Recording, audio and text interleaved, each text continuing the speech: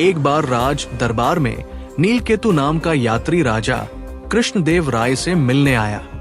पहरेदारों ने राजा को उसके आने की सूचना दी। राजा ने नीलकेतु को मिलने की अनुमति दे दी। यात्री एकदम दुबला-पतला था।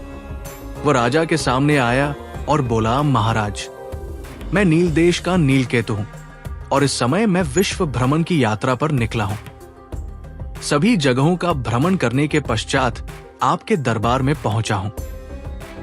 राजा ने उसका स्वागत करते हुए उसे शाही अतिथि घोषित किया।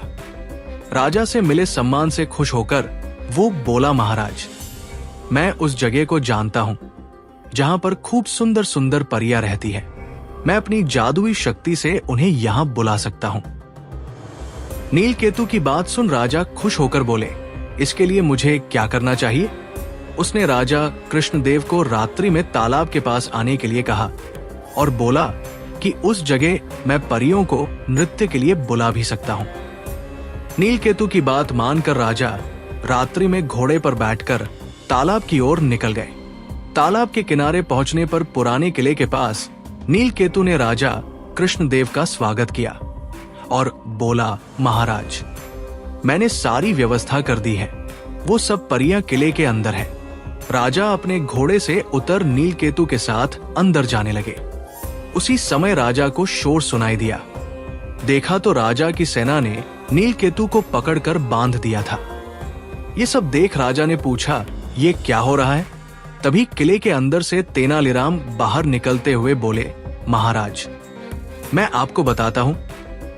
तेनालीराम ने राजा को बताया, ये नीलकेतु एक रक्षा मंत्री है और महाराज, किले के अंदर कुछ भी नहीं है। ये नीलकेतु तो आपको जान से मारने की तैयारी कर रहा है। राजा ने तेनालीराम को अपनी रक्षा के लिए धन्यवाद दिया और कहा, तेनालीराम, ये बताओ, तुम्हें ये सब पता कैसे चला? तेनालीराम ने राजा को सच्चाई बताते हुए कहा, महाराज, आपके दरबार में जब नीलकेतु आया था तभी मैं समझ गया था। फिर मैंने अपने साथियों से इसका पीछा करने को कहा था। जहां पर नीलकेतु आपको मारने की योजना बना रहा था। तेनालीराम की समझदारी पर राजा कृष्णदेव ने खुश होकर उन्हें धन्यवाद दिया।